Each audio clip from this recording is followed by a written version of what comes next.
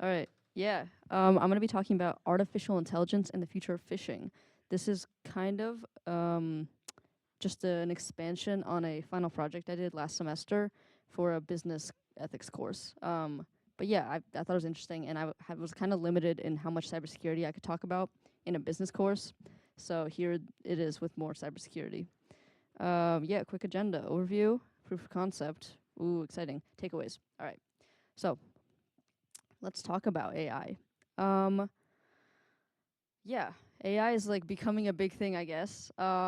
There's this really interesting study I read called AI hype as a cybersecurity risk and the moral responsibility of implementing generative AI in business. Yeah, obviously there are good things about AI and there are bad things. There's a lot of ethical concerns with AI, and there's a lot of like, yeah, there's good things about it, but the way I saw it was there's AI in cybersecurity, and then there's cybersecurity of AI. I guess I'll just go down these bullet points. So the first issue is that there's an over-reliance and over-trust. Some studies show that instead of combining critical thinking and like their own insights into a problem along with an AI model, people frequently over-rely on that AI, and even if they would have made a better choice on their own. So for example, like when pilots fly, they have like the autopilot, like in planes, and sometimes, yeah, Casey knows. She knows what's up. Tell me if this is true. And sometimes the autopilot would tell them to make a certain decision that they weren't really supposed to take, and they would actually just trust it and follow that, even though they knew better. Yes, Asa.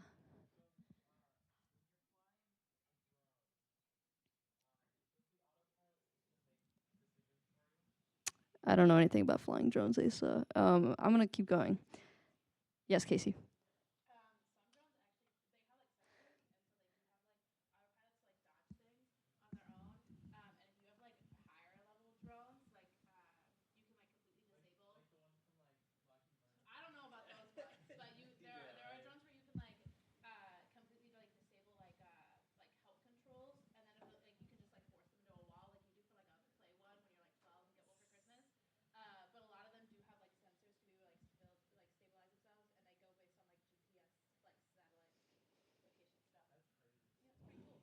Yeah, Casey just shared an interesting tidbit about drones and how you can override things to make them run into walls. All right, back to the topic of AI.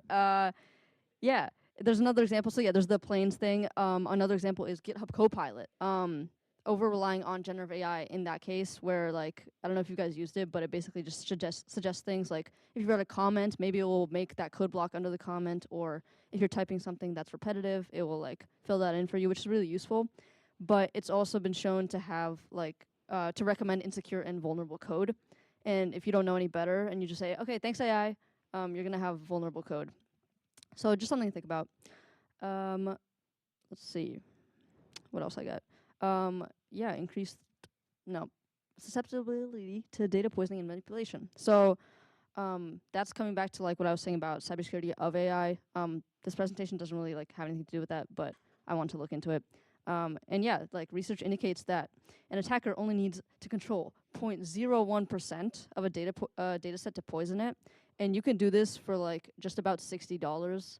I don't really know like how this could apply, but maybe like if a hacker changes the data driving a company's AI model, then they can influence like business decisions in that case and like target manipulation or misinformation because again, people are like, oh yeah, AI is never wrong. Let's just trust what it's giving us. Another big thing with this is like you can jailbreak or something called adversarial prompting. So I will go into this later, but there's not really a need for specialized tools. If you know exactly how to ask ChatGPT for something, or like one of those like basic, more common LLMs, you can bypass its like ethical barriers or whatever it's called, like where they stop you or you ask, how do I make a pipe bomb? I'm not allowed to tell you that because as an ethical cybersecurity model, you can get past it. Let's see. Yeah, data breaches are an issue because just like Will was talking about in his news portion, DeepSeek had a lot of what was it? A lot of sensitive user conversations and user information stored like unrestricted. So if people get access to that, like you don't really want people accessing what you're talking about with an LLM, which is why again companies usually have their own proprietary models so that you don't put company information into a public AI that could be breached. Yeah, for example, 38 terabytes of data was accidentally exposed by Microsoft AI researchers. So like it could be anyone. And then finally, what I wrote here, yeah, reduce barrier of entry for cyber criminals. That's a huge thing, and that's kind of the focus of this topic. AI enhances the skills of previously mediocre cyber criminals. Like you can only imagine what, like, you know, the basic, like Prince of Nigeria email, bad English grammar. Oh, now you can plug it into AI, and now it's going to sound much more like a native English speaker. So it just really increases the breadth of what they can do. Yeah, there's a lot going on with this. They can get help, again, yeah, crafting those phishing emails, writing malware, creating login pages like for spoofing to get credentials. Not to mention like AI video and voice deepfakes, which I didn't look into at all, but those are crazy as well. And yeah, we're just gonna keep going with this. Yeah, the moral responsibility of generative AI. Someone somewhere said, when it comes to cybersecurity, fight fire with fire. I don't know, I read a lot of articles for this. And yeah, 96% of business executives expect that implementing AI into their business is gonna make a security breach more likely in the near future. But the issue is that like it's not possible to avoid AI. You just have to kind of embrace it and grow with it. And it's important to talk about how to like ethically approach AI implementation, because you can't just say, okay, we're using ChatGPT in the company now. It has to be done in the correct way. Yeah. Yes.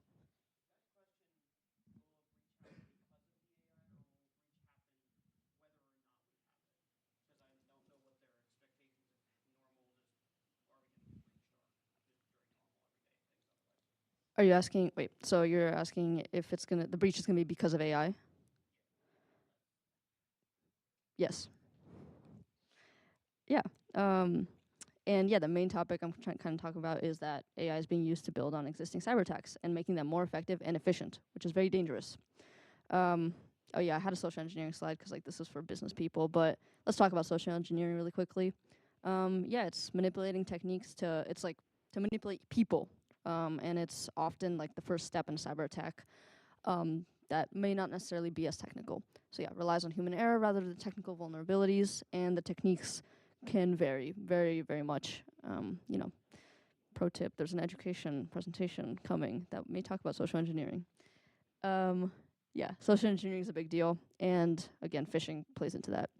Phishing, oh my god. So, let's cover phishing. The one on the left, that's just like your basic phishing.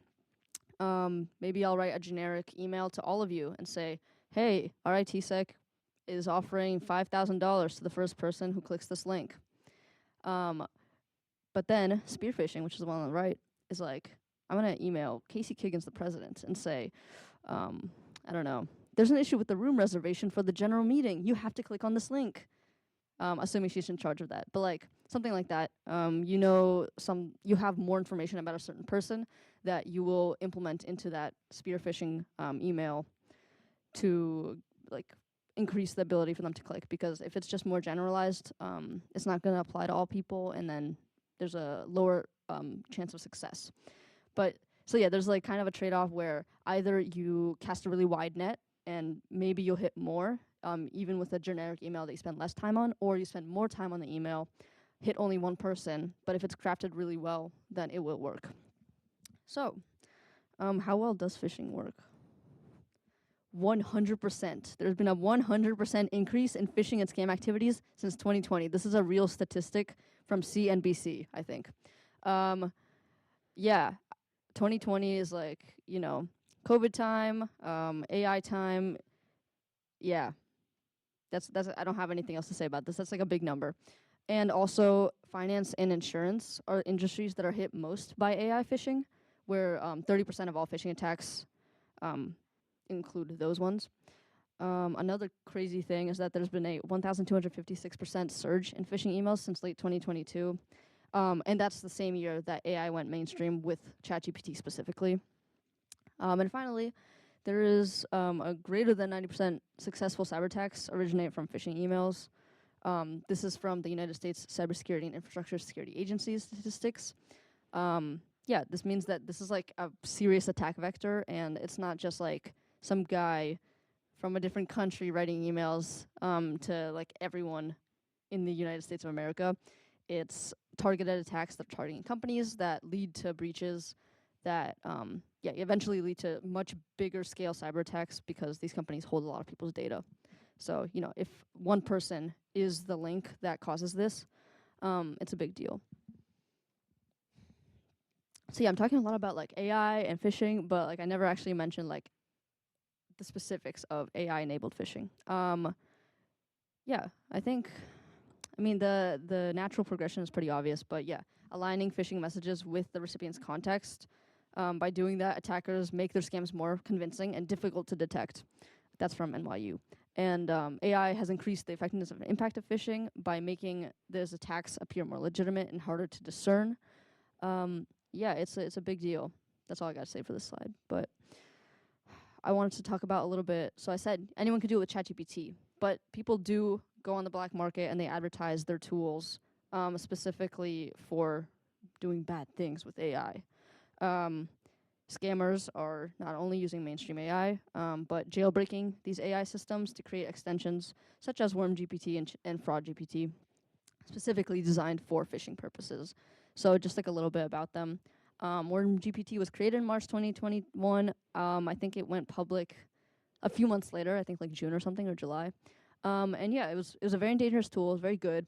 But then it disappeared because the guy who made it was like started backtracking and saying that like, oh no, this tool is getting so much publicity now. It was actually only intended for ethical usage only, even though this doesn't really add up because like it was being marketed on cybercrime forums and like blatantly like saying use this for like black hat hacking and like advertise like that. So that was kind of silly. Like there's a Krebs on Security article that interviewed this guy, and he's just like not. He's acting like it's like ethical, which is interesting. But after that, someone created FraudGPT, which was again advertised as the successor to WormGPT, emerged around summer 2023, and it has a lot of functionality. I have a list here. It can write malicious code, create undetectable malware. It finds a lot of stuff with like credit cards. Again, of course, create phishing pages, write those scam emails and letters. Yeah, it's just like a lot. It's like an all-in-one AI tool. It is quite expensive actually, but yeah. The problem is people created these really cool tools, and then they were followed by like Escape GPT, Evil GPT, Wolf GPT. These are all allegedly like wrappers for ChatGPT, and people would like get those ethical responses of like I can't tell you that, even though the tools were advertised to be jailbroken and like standalone products, but they were just like wrappers of ChatGPT. So it's a mixed bag of like what's out there, but don't pay money for like an evil ChatGPT. Something really cool I found while looking at this. So the website is on the bottom left, but basically there's a website that demonstrates exactly how this kind of process would work. I typed in, you can type in any famous person. I chose David Munson. It gives you an Evilpedia description. So like I was surprised, but it like talked about his retirement announcement, which is a fairly recent news thing, I think. And it talked about like, oh yeah, there's the vulnerabilities and here's how you can maybe attack them and stuff about like his personal background. So after that, it just like, you can plug it in. It wrote this whole email for me. And I mean, I'm not the one to judge if this would be effective, but I think it's well written. It has, you know, it has all like there's no major red flags. And it calls on like some things from his background that make sense. And the coolest thing is that the link in there would actually be like a LinkedIn fake page. So it would, you know how you go on LinkedIn and then it says, you have to sign in to view this profile. It harvests your credentials from there. So this is basically like zero effort. You can phish people and probably be moderately successful. So in terms of AI phishing, there's like four big pillars, four core ideas to understand about it. So firstly, let's talk about data analysis. This is just like in the process. So what you do in data analysis is like analyze social media profiles, look at public records, and other online activities. You know, a lot of people have like a pretty big digital footprint. If you've ever like OSINTed yourself, it's actually kind of a good idea too. And yeah, like WormGPT can analyze this data to understand the target's interests, behaviors, and preferences. Then you would move on to personalization. So you'd make emails that reference, like recent purchases, especially around the holiday season. There would be a lot of like text messages saying your package is delayed. Click on this link to see where it is, or your package is lost, something like that, because you're ordering so many gifts that it's like easier to lose track, and as a result, easier to exploit because you will believe it in that moment because it's like an emotional thing. I'll talk about the characteristics later, but that's a big one.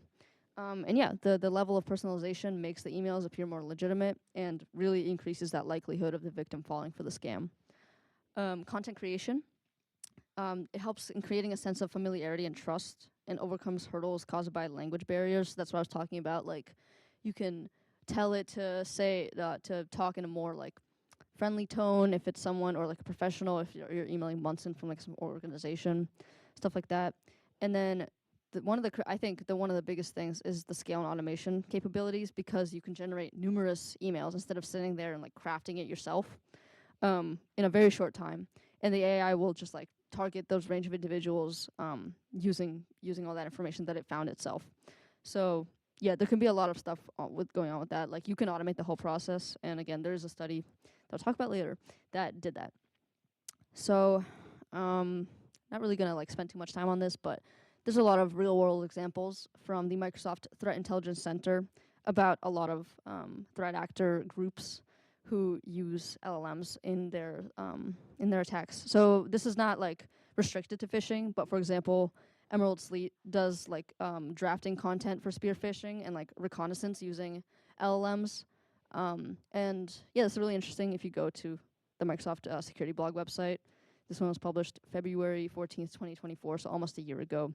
But they kind of explain how they actually figured out whether the groups do this and like specifics about how they leverage the LLMs. But yeah, it's not just like a hypothetical. Like, groups are using this around the world, and it's dangerous. I just keep repeating that, but yeah, it is. IBM also did a lot of research about this. So what they did was, I won't play the video. It's a really cool video that you should watch it. They did an experiment. Will AI like be better at phishing than humans? And essentially, a group of engineers at IBM raced an AI to create a phishing campaign, and they discovered that AI performed better in an incredibly small amount of time. And from this experiment came the 5-5 rule.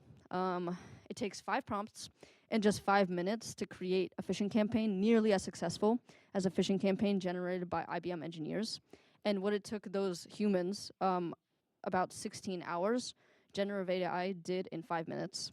And I mean, yeah, AI tools will just become faster and more efficient, possibly exponentially, and humans have their limits. So yeah, debatable like quality and best uses of outputs in AI are a thing, but like scammers don't really care if they're hitting so many targets. If it's happening that fast and with that little effort, they're going to be using it.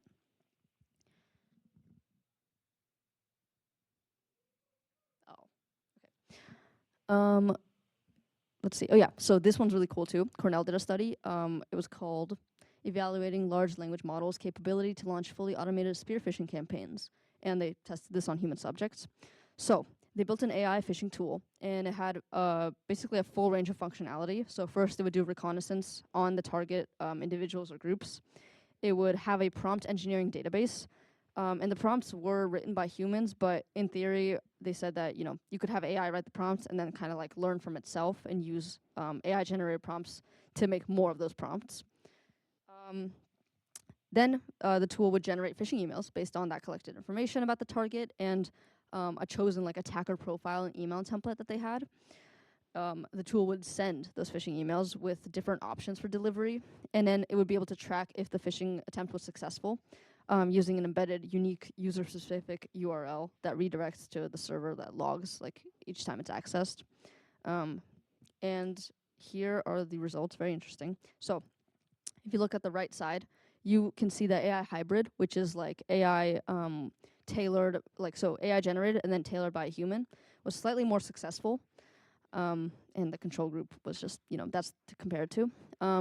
And humans and AIs in this case were equal in success. But then if you look at trust and suspicion indicators,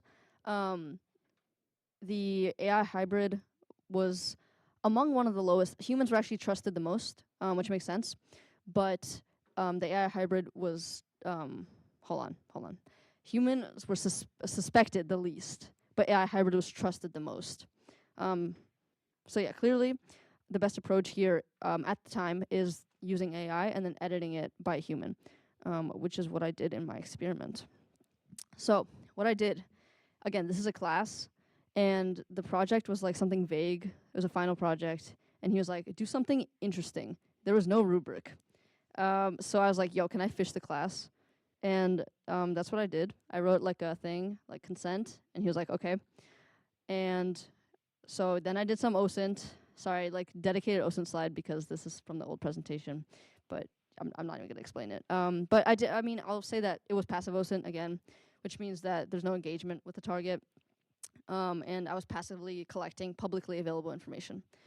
And I guess I should explain more. I was gonna fish, and I came up with the idea myself of like, let's just see how many people in my class will click on the link that I send, and let's pretend to be the professor.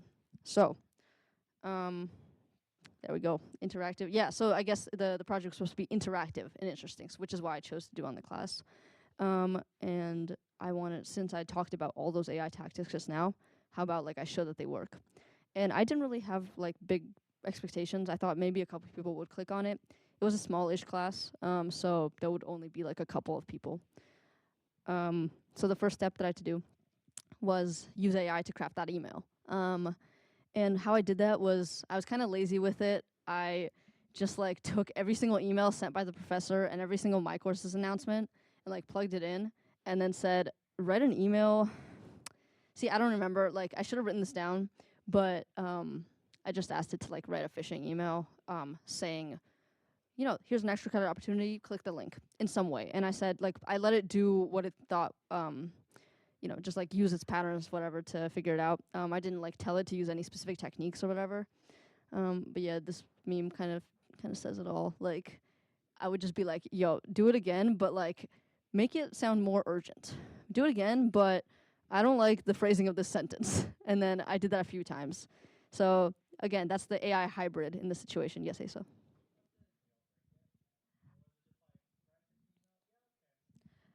The question was, did I have to jailbreak it, or was it like write a phishing email? Yeah, okay. I think I did not have to. I didn't encounter any difficulties. I think it just did it. I don't think I said phishing email. Yeah. I'm pretty sure I asked it like write an email and make it sound like these other writing like examples, and it just did that. And I said like write an email about this, and it would just like apply that tone to a new email. So you don't need like Worm GPT or Evil GPT to do this. You can just not mention phishing, and it will just do it because again, maybe this is like real help. Like I use ChatGPT all the time to help me rephrase my emails because I don't know, it's useful. But yeah, it could just be like me. I'm a professor and I need help writing an email, so that could be legit. It's a legit use seemingly. But yeah, so that's what I did. I actually created 2 different emails. We'll talk about that later, but one of them was like, actually, I don't remember why I did different ones. We'll talk about it later. So I decided to use GoFish because I just learned about it in my social engineering class. I learned how to use it and set it up. So I was like, let's use this because it's so convenient. I created a DigitalOcean instance to like run GoFish on. Then I set it up. It doesn't really matter about the setup. You know, I created like, I just put the email in there. I think the Google Forms are up, so I like redacted them. Yeah. Went through all the setup, sent a few test emails to myself. But unfortunately, RIT did not like that, and it sent the email to spam. Yeah, because the message came from outside of RIT. Later I'll talk about how I actually learned more about like RIT's spam gateway filtering process and like what makes an email actually go to spam or like get flagged like this with the banner but in the inbox, which was very interesting. But we'll talk about that next. After that I was like, fine, I'm not using GoFish. I'll do it myself. I made 2 Google accounts. Also, you're capped at how many Google accounts you can make with your phone number, so I used my friend's phone number for one of them. And I still have to delete these accounts. So my professor's name was Michael. I decided to go two ways. So one was the pretense of, hey, I'm locked out of my RIT accounts, but I really wanted to get this out to you guys before the project's like presentation start. So this was the more informal name. I used Mike, also because I like did some OSINT and like he goes by Mike, but whatever. So that was the one. It was like, I'm locked out of my account. Click on this link. The second one was, since this is a business class, it's in Saunders, and Saunders has different emails, if you guys don't know. It's at saunders.rit.edu rather than rit.edu. And so I was like, okay, let me just like copy that. So I made it name.saunders@gmail.com. Yeah, we'll talk about that more. And then what happened was the Saunders one got flagged as outside of RIT, but I was okay with that because Saunders emails actually do get flagged as outside of RIT. Yeah, that's how it works. I don't know why they didn't like add it to Gmail. This is true. Like my emails from my real professors get flagged. So I thought maybe they'll overlook this because I heard people talking about it in my class. On the left, that is the like casual email from his like allegedly from like his personal email, and it didn't get flagged at all. It got into my inbox and it was all good. My only mistake was that for some reason, I don't know why I like thought to do this, but I sent it to myself and blind carbon copied everyone else in the class. I should have sent it to like the email. Okay, whatever. So, yeah, I did that. But I got every single person in the class to click on the link. And all it was like a Google form. And it didn't have any questions because I didn't want to actually collect information from them. It was just like, you clicked on a thing. Please don't tell anyone until I present this. So, yeah, again, we're coming back to this. I didn't originally like craft the AI prompt to like do any of this, but the idea itself was like, hey, click this for extra credit.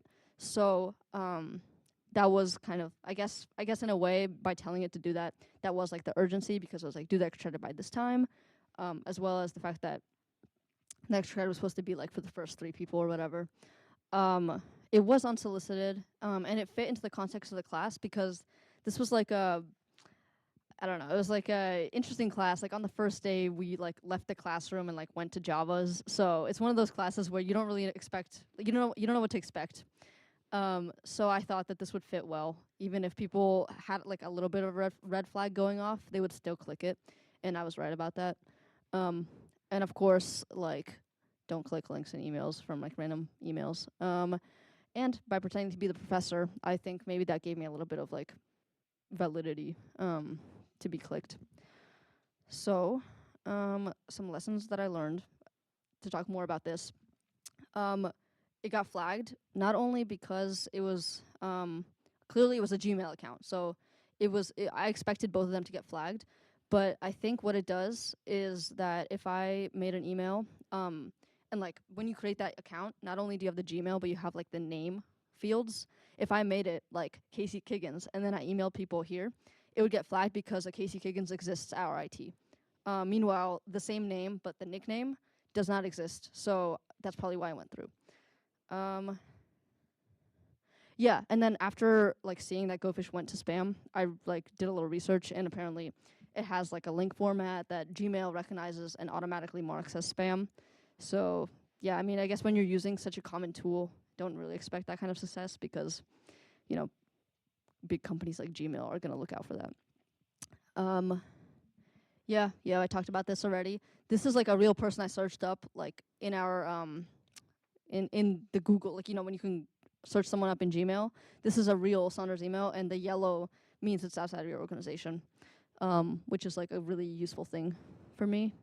And then, yeah, that link right there, it's like really ugly, and you have to sign into your RIT account, but ITS tells you what every single banner means. And that was really useful because then I could see, yes, Casey. I don't know if Outlook has the same thing. Actually, it's okay. Well, I'll talk about it in a couple slides. But to summarize, quality and quantity. I don't know. This was like the template it gave me, but artificial intelligence and like LLMs specifically, they are significantly enhancing the severity of phishing attacks, and we can expect a sharp increase in the quality and quantity of phishing in the years to come. When you're targeting human users, AI disproportionately benefits attackers, like I was talking about, by making it easier and more cost effective to exploit psychological vulnerabilities than to like defend and educate users. Like a lot of companies, I don't know, like if you guys have done a co-op, I'm sure that you've had to do like your onboarding and like watch your videos about like cyber hygiene and whatever. And it gets really boring and it's the same thing every single time. But that's like your typical like company cyber education. And you know, when employees have to like, when it comes around, and the employees have to do it like every year or so, they'll be like, whatever, it's the stupid cybersecurity training again. I don't want to pay attention to this. And that's probably how they fall for these phishing attacks, because they get like complacent and they don't really care. Most employees have a digital footprint with publicly available information that makes it easy to impersonate them and to create tailored attacks. Even if you're not David Munson, there's stuff out there about you, especially like I think people still don't understand that social media is like a giant OSINT tool, and it can be used in many, many ways to figure out things about you and to tailor those emails, even with like a tiny detail. And yeah, therefore, phishing is evolving from just like simple emails to a giant array of hyper-personalized messages, which includes falsified voice and video, even though I only focused on emails here. Yeah, this is just like the familiar signs of phishing are like gone. AI is like the next big thing, and just like those numbers I showed at the beginning, it's gonna be like increasing a lot. Mark my words, guys. And then I did this whole thing presentation, and I was like, maybe I should talk about how to prevent this stuff. So I looked into it a little bit. You know, buzzwords, zero trust, mitigate, control gaps. Digital hygiene is important. Again, just like I was talking about, like teaching employees and encouraging the culture of like having digital hygiene, which probably includes like enabling 2FA, which is probably the standard now, or multi-factor authentication. Forcing people to update the passwords, using password managers, because you can't just have a password policy that like, you know, oh yeah, my password expires in 30 days, let me just add an exclamation point at the end. It can't include the old password, like it has to be more robust than that. Having layered defenses again, even if you fall victim to one of these phishing attacks, you can have like defense in depth and other things that stop the attackers from really getting farther than that, even if they get some kind of initial access. Yeah, there's, I guess you can fight AI with AI, so using machine learning to detect phishing. There's things called SAST, which is static application security testing. In the same way that those tools scan source and binary codes, ML models can analyze email content, URLs, attachments, suspicious domain names, malicious links, or fraudulent language in phishing attempts, because again, even if you make a really good sounding email and it has perfect English and it literally looks completely fine, there's still some signs, especially like if it's unsolicited, which mean that you should probably think twice before clicking it. Again, much like anomaly detection in code, ML can be trained to spot deviations in normal communication patterns, because those phishing attempts stand out by using unexpected language or especially strange email addresses. The models can learn what normal looks like for a specific user, or even organization. But for the user, I think it's cool, like on a user basis, like, oh, this person has never emailed me before. It can flag those deviations as potential phishing. So, you know, it can suggest, and even the suggestion or like those banners that RIT shows you, like, hey, this is outside of the organization, causing you to stop and think, that's been shown to decrease the impact of those phishing attacks or like the success of them. And then there's dynamic application security testing. ML can interact with the phishing emails, and it can like simulate user actions, like clicking it or submitting information into it, and analyze the responses to detect those phishing threats. So I mean, yeah, this is a lot of cool stuff. Didn't really look into that, but fun fact, for the phishing detection algorithms, Visa is actually currently using AI detection algorithms to like fight against fraud, especially enumeration attacks. And over the past 5 years, Visa has invested $10 billion in that technology, which saved them $40 billion in the process in just 2 years. So I think it's not as widespread to be using like AI tools in the industry at this point, but when it's something simple like detecting anomalies in emails, it might be really worth it. And then again, Google it integrates with an open source machine learning framework in Gmail, to block over 100 million phishing emails a day. So at that point, this is more like those generic ones that have all the red flags and would probably stand out to you as a user, but maybe not your grandma. So that's why Gmail blocks it if it's super obvious, and it won't even reach your inbox. Yeah, actually, that's all. Any questions? Yes, Will. Do I believe that I myself am above phishing? I mean, I could probably say I've never fallen for a phishing email. I guess like if it was hyper focused on me, maybe like in the correct situation, I think it's about like luck. If I'm maybe expecting an email from like a recruiter or something like that, I don't know, then I'd probably be more likely to click on it. But you never know. Yeah, it's good to learn about it though.